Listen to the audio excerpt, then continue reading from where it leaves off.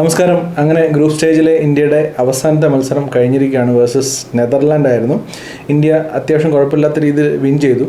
അത്ര ഇമ്പോർട്ടൻ്റ് അല്ലാത്തൊരു മത്സരമാണെങ്കിൽ കൂടി മുന്നോട്ട് പോകുമ്പോൾ സൂപ്പർ 8ലേക്ക് പോകുമ്പോൾ ഇന്ത്യയുടെ പെർഫോമൻസ്, ഇന്നത്തെ മാച്ചിൻ്റെ പെർഫോമൻസ്, പ്ലെയേഴ്സിൻ്റെ പെർഫോമൻസ്, എന്തൊക്കെ കുറവുകളാണ് ഇപ്പോൾ ടീമിനുള്ളത്, അങ്ങനെ ഒരുപാട് കാര്യങ്ങൾ ഡിസ്കസ് ചെയ്യാനായിട്ടുണ്ട്. പ്രത്യേകിച്ചും അഭിഷേക് ശർമ്മയ്ക്ക് എന്ത് പറ്റി, സൂര്യകുമാർ യാദവ്, തിലക് വർമ്മ എന്നിവരുടെ strike rate and Hardik Pandya and Shivam ദൂബെയുടെ എക്സ്ട്രാ ഓർഡിനറി ബാറ്റിംഗ്, അങ്ങനെ ഒരുപാട് കാര്യങ്ങൾ, എന്തൊക്കെയാണ് ടേക്ക് അവേഴ്സ് ഈ മാച്ചിന് ശേഷമുള്ളത് എന്നൊക്കെ ഒരുപാട് കാര്യങ്ങൾ ഡിസ്കസ് ചെയ്യാനുണ്ട്. ഇന്ത്യ ഇന്ന് ഫസ്റ്റ് ബാറ്റ് ചെയ്തിട്ട് 193 റൺസാണ് അടിച്ചത്. 6 വിക്കറ്റ് നഷ്ടത്തിൽ തിരിച്ച് 176 റൺസ് അടിക്കാനേ നെതർലാൻഡ്സിന് സാധിച്ചിട്ടുള്ളൂ.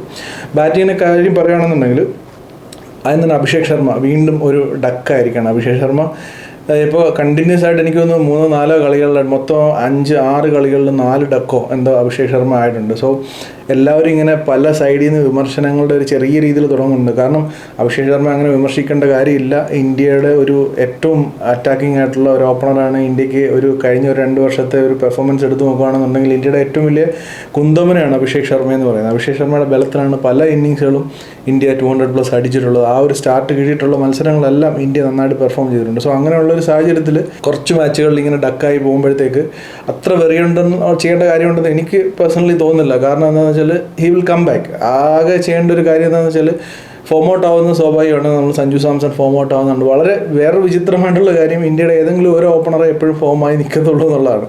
ഇപ്പോൾ അഭിഷേക് ശർമ്മ ഫോമായി നിൽക്കുമ്പോൾ സഞ്ജു സാംസൺ തുടർച്ചയായിട്ട് പരാജയപ്പെടുന്നു. അതിനു മുമ്പ് ശുഭ്മൻ ഗിൽ തുടർച്ചയായിട്ട് പരാജയപ്പെടുന്നു. അതേ ഇപ്പോൾ ഇഷാൻ കിഷൻ അന്യായ ഫോമിൽ നിൽക്കുമ്പോഴത്തേക്ക് അഭിഷേക് ശർമ്മ തുടർച്ചയായിട്ട് പരാജയപ്പെടുന്നു. ബട്ട് അഭിഷേക് ശർമ്മ ഇത്രേ ചെയ്യേണ്ടതായിട്ടുള്ളൂ. ഇഷാൻ കിഷൻ ഇപ്പോൾ നല്ല രീതിയിൽ കളിച്ചുകൊണ്ടിരിക്കുകയാണ്, നല്ല രീതിയിൽ പെർഫോം ചെയ്യുന്നുണ്ട്. So he can take some time. Abhishek ശർമ്മയ്ക്ക് കുറച്ച് സിംഗിൾസ് ഇട്ടിട്ട് ഇഷാൻ കിഷന് കൂടുതൽ സ്ട്രൈക്ക് കൊടുത്തിട്ട് അവിടെ കുറച്ചും കൂടെ ടൈം സ്പെൻഡ് ചെയ്യാൻ നോക്കുക. ബാറ്റിൽ ബോൾ മിഡിൽ ചെയ്യുമ്പോഴത്തേക്ക് he will come back to the rhythm. കാരണം അഭിഷേക് ശർമ്മ അത്ര ടാലൻ്റ് ഉള്ളൊരു പ്ലെയറാണ്. സോ ഇന്ത്യക്ക് വെറി ചെയ്യാനായിട്ടൊന്നുമില്ല. പിന്നെ സൂപ്പർ റൈറ്റ് ആണ് വരുന്നത് എന്നുള്ളത് കൊണ്ട് തന്നെ ഈ ചെറിയ രീതിയിലൊരു കൺസേൺ ഉണ്ട്. പക്ഷേ എന്നെ സംബന്ധിച്ച് അത് അത്ര വലിയ കൺസേൺ ആക്കേണ്ട കാര്യമില്ല. It's just matter of time. He will come back, അതിനകത്ത് സംശയമൊന്നുമില്ല.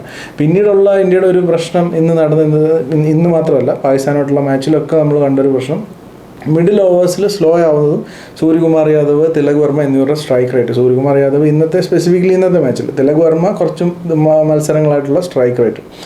എന്നെ സംബന്ധിച്ച് ഇപ്പോൾ ഈ വേൾഡ് കപ്പിൽ മിഡിൽ ഓവേഴ്സ് എന്ന് പറയുന്നത് വളരെ ട്രിക്കി ആയിട്ടുള്ളൊരു സംഭവമാണ്. ഇപ്പോൾ നമ്മൾ ശ്രീലങ്കയിലെ പിച്ചുകളിൽ മാത്രമല്ല, ഇന്ത്യയിലെ പിച്ചുകളിലും അത്യാവശ്യം ബാറ്റിങ്ങിലും ബോളിങ്ങിലും സപ്പോർട്ട് ചെയ്യുന്ന രീതിയിലുള്ള ഒരു ബാലൻസ്ഡ് ആയിട്ടുള്ള പിച്ചുകളാണ് ഈ ICC T20 വേൾഡ് കപ്പിൽ എല്ലാ മാച്ചുകളിലും ഏകദേശം കിട്ടിക്കൊണ്ടിരിക്കുന്നത്. സോ മിഡിൽ ഓവേഴ്സ് വളരെ ഇമ്പോർട്ടൻ്റ് ആണ്. അത് അത്യാവശ്യം കുഴപ്പമില്ലാതെ നെഗോഷിയേറ്റ് ചെയ്ത് വിക്കറ്റ് പോവാതെ പോകുന്ന ടീമുകൾ നല്ല രീതിയിൽ പെർഫോം ചെയ്യുന്നതും അവസാനം വന്നിട്ട് നല്ല രീതിയിൽ ഒരു സ്കോറിലേക്ക് എത്താൻ സാധിക്കുന്നത് നമ്മളൊരു ട്രെൻഡായിട്ട്, ഒരു പാറ്റേണായിട്ട് നമുക്ക് കാണാനായിട്ട് സാധിക്കുന്നുണ്ട്. സോ അതുകൊണ്ട് തന്നെ ഇന്ത്യൻ ടീം ഈ കറക്റ്റായിട്ടുള്ള കണ്ടീഷൻസിനെ അസസ് ചെയ്യുന്നതിൽ ഭയങ്കര ബ്രില്യൻ്റ് ആണെന്ന് എനിക്ക് റീസെൻറ്റ് ടൈംസിൽ തോന്നിയിട്ടുണ്ട്. നമ്മളിപ്പോൾ ശ്രീലങ്കയിൽ പോയപ്പോൾ അവർ കളിച്ച രീതി, അവർക്ക് ഒരു 200+ ഒന്നും അടിക്കാൻ നിൽക്കാതെ അവർക്ക് അറിയാമായിരുന്നു അവിടെ എത്രയായിരുന്നു സ്കോർ, ഒരു 170, 180 അത് മതിയെന്ന് അത് കറക്റ്റായിട്ട് മനസ്സിലാക്കിയിട്ട് അതിനനുസരിച്ച് ബാറ്റ് ചെയ്തു.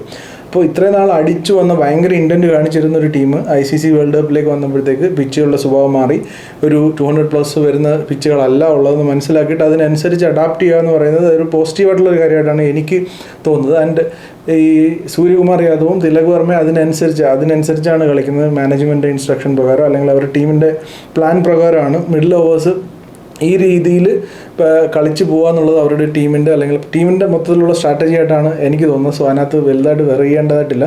സൂര്യകുമാർ യാദവ് ഇന്നായാലും ഒരു 15 ഓവേഴ്സിനൊക്കെ അടുപ്പിച്ച് അടിക്കാനുള്ള ഇതിൽ തന്നെ പോയത്. നമ്മളിപ്പോൾ ഇന്ത്യക്ക് അത്യാവശ്യം ചലഞ്ച് തന്ന USA ആയിട്ടുള്ള ഒരു മാച്ചിൽ പോകാൻ പോലും നോക്കുകയാണെന്നുണ്ടെങ്കിൽ സൂര്യകുമാർ യാദവ് ഈ ഒരു പേസിൽ കളിച്ചിട്ട് അവസാനം വന്നിട്ട് ഫിനിഷ് ചെയ്യുകയാണ് ചെയ്തത്. സോ അതുകൊണ്ട് തന്നെ അതിനകത്ത് അത്രയ്ക്ക് വെറി ചെയ്യാനായിട്ടുള്ള പ്രത്യേകിച്ച് കാര്യങ്ങളൊന്നുമില്ല. എന്തായാലും ഇന്നത്തെ മാച്ചിലെ താരം എന്നെ സംബന്ധിച്ച് ശിവൻ ദൂബെയാണ്. മാൻ ഓഫ് ദി മാച്ചുമാണ്. 2 വിക്കറ്റ് വിട്ടു. അതുപോലെ തന്നെ 66 റൺസ് എന്തോ അടിക്കുകയും ചെയ്തു. റൺസ് അടിച്ചാൽ മാത്രമല്ല, പുള്ളിയുടെ റേഞ്ച് അടിയുള്ളൊരു രക്ഷയില്ല. അതായത് ഒരു സ്പിൻ ബാഷറായിട്ടാണ് ശിവൻ ദൂബെ കുറച്ച് നാളായിട്ട് ഇപ്പോൾ CSKയിലും അതുപോലെ തന്നെ ഇന്ത്യൻ ടീമിലും കളിച്ചുകൊണ്ടിരുന്നത്. പക്ഷേ സ്പിൻ ബാഷർ മാത്രമല്ല, ഇപ്പോൾ അടുത്തിടെ നോക്കുകയാണെന്നുണ്ടെങ്കിൽ പേഴ്സേഴ്സിനിട്ട് നല്ല രീതിയിൽ കൊടുക്കുന്നു. നല്ല റേഞ്ച് അടി, സ്ട്രൈറ്റ് ആയാലും ശരി, അതുപോലെ തന്നെ മിഡോണിൻ്റെ മേളിൽ കൂടെ ആയാലും ശരി, നല്ല അടികൾ, അതുകൊണ്ട് ഗ്യാപ്സ് കണ്ടെത്തുന്ന രീതി. ഇന്ന് 50 അടിച്ച ഒരു 4 ഉണ്ട്.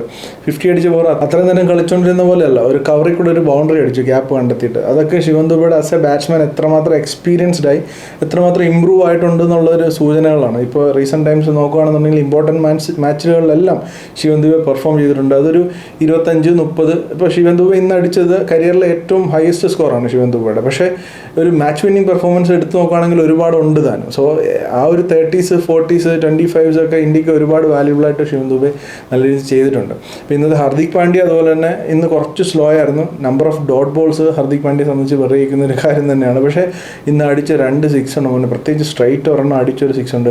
ഏകദേശം ഈ ഇവിടുന്ന് എടുത്ത് അടിച്ച് ശരിക്കും അത് പൊങ്ങിയപ്പോഴത്തേക്ക് അത് 6 ആണെന്ന് ആരും പ്രതീക്ഷ കാണത്തില്ല. മിക്കവാറും അതൊരു ലോങ് ഓഫിൽ ക്യാച്ച് പോകുന്ന പോലെയാണ് അത് പോയത്. പക്ഷേ അത് ക്ലിയർ ചെയ്തത്. അതാണ് പുള്ളിയുടെ ആ റേഞ്ച് അടിയെന്ന് പറയുന്നത്, ആ പവർ എന്ന് പറയുന്നത്. സോ അക്കാര്യത്തിൽ ഇന്ത്യയുടെ ഫിനിഷേഴ്സ് നല്ല രീതിയിൽ ചെയ്യുന്നുണ്ട്. റിങ്കു സിംഗ് വന്നിട്ട് അത്യാവശ്യം നല്ല രീതിയിൽ ഫിനിഷ് ചെയ്തു. 3 ബോളിൽ 6 റൺസ് അടിച്ചു, ഒരു 6 അടിച്ചു.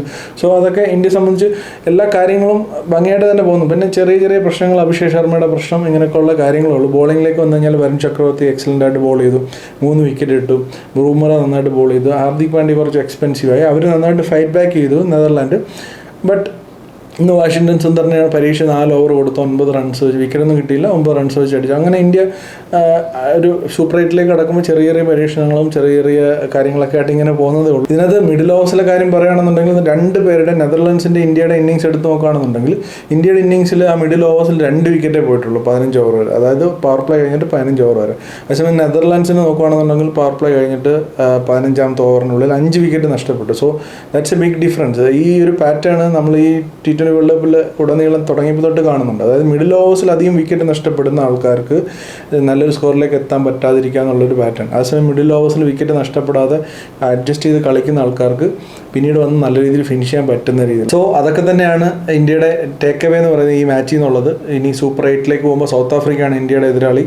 ശക്തനായ എതിരാളിയാണ്. അത് അഹമ്മദാബാദിലാണ് ഇന്ത്യ സൗത്ത് ആഫ്രിക്കയെ നേരിടുന്നത്. സൗത്ത് ആഫ്രിക്ക ഇത്രയും നാൾ കളിച്ച മാച്ചുകൾ കൂടുതൽ അഹമ്മദാബാദിലായിരുന്നു, ഗുജറാത്തിൽ. സോ അതുകൊണ്ട് തന്നെ ഇന്ത്യക്ക് ശക്തമായിട്ടുള്ള എതിരാളിയാണ്. അവിടെ വലിയ രീതിയിൽ സ്പിന്നിനെ സപ്പോർട്ട് ചെയ്യുന്ന ഒരു ഗ്രൗണ്ട് അല്ല, സൗത്ത് ആഫ്രിക്കയ്ക്ക് പറ്റിയ ഒരു ഗ്രൗണ്ടാണ്. സോ തീർച്ചയായിട്ടും നല്ലൊരു ചലഞ്ച് ഉണ്ടാവും. പക്ഷേ ഇന്ത്യൻ ടീം എല്ലാ രീതിയിലും സെറ്റായിട്ട് തന്നെയാണ് പോകുന്നത്. നമ്മൾ മുമ്പ് കളിച്ചിരുന്ന ഒരു ഇന്ത്യൻ, എനിക്ക് ഏറ്റവും കൂടുതൽ പേടി ഒരു ഇൻറ്റൻറ്റിൻ്റെ പേരിൽ ഇന്ത്യ ഇത്രയും നാൾ കളിച്ചു വന്നിരുന്ന ഒരു ഇന്ത്യൻ ടീമുണ്ട്. ഓപ്പണിംഗ് നിന്ന് അഭിഷേക് ശർമ്മ അടി തുടങ്ങി അങ്ങ് അവസാനം വരെ അടിക്കുന്ന ഒരു ടീമുണ്ട്. ആ ഒരു രീതിയിലല്ല ഇന്ത്യൻ ടീം കളിക്കുന്നത് എന്നുള്ളത് വളരെ പോസിറ്റീവായിട്ടുള്ളൊരു കാര്യമാണ്. ഇപ്പോഴത്തെ സാഹചര്യം അനുസരിച്ച്, ഇപ്പോഴത്തെ വേൾഡ് കപ്പിൻ്റെ പിച്ചിന് ബാലൻസ്ഡ് ആയിട്ടുള്ള പിച്ചുകൾക്കനുസരിച്ച് അഡാപ്റ്റ് ചെയ്യാനും അതിനനുസരിച്ച് സ്ട്രാറ്റജീസ് ബിൽഡ് ചെയ്യാനും അത് എക്സിക്യൂട്ട് ചെയ്യാനും ഇന്ത്യൻ ടീമിന് പറ്റുന്നുണ്ടെന്നുള്ളത് വളരെ പ്രധാനപ്പെട്ട വളരെ പോസിറ്റീവായിട്ടുള്ളൊരു കാര്യമാണ്. ബോളിങ്ങിലാണെങ്കിലും ശരി അതിനനുസരിച്ച് ഇന്ത്യക്ക് മാറ്റങ്ങൾ വരുത്താനായിട്ട് സാധിക്കുന്നുണ്ട്.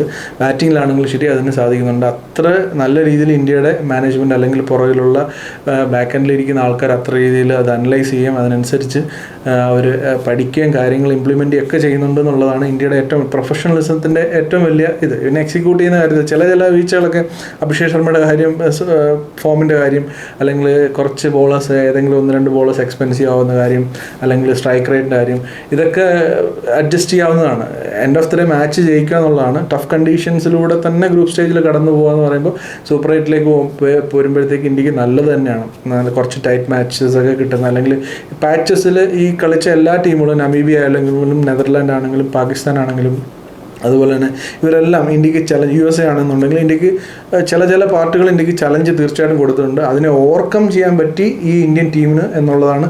പ്രത്യേകിച്ച് USA ആയിട്ടുള്ള മാച്ചിൽ സൂര്യകുമാർ യാദവിൻ്റെ ഇന്നിങ്സ്, പാകിസ്ഥാനുമായിട്ടുള്ള മാച്ചിൽ എങ്ങനെ അവരെ ഫസ്റ്റ് പവർ പ്ലേ തന്നെ അവരെ എങ്ങനെ എറിഞ്ഞിട്ടു എന്നുള്ളത്, അതുപോലെ തന്നെ പാകിസ്ഥാനുമായിട്ടുള്ള മാച്ചിൽ ഇന്ത്യയുടെ ബാറ്റിംഗ്, മിഡിൽ ഓവേഴ്സിലെ ബാറ്റിംഗ് അവസാനം വന്നിട്ട് 175 എന്ന് പറഞ്ഞ നല്ല സ്കോറിലേക്ക് ഫിനിഷ് ചെയ്യാൻ പറ്റി. ഇതൊക്കെ പോസിറ്റീവായിട്ടുള്ളൊരു കാര്യം തന്നെയാണ്. സോ ഒരു പോസിറ്റീവ് നോട്ടിൽ തന്നെയാണ് ഇന്ത്യ സൂപ്പർ 8ലേക്ക് പോകുന്നത് എന്നാണ് എൻ്റെ ഒരു അഭിപ്രായം.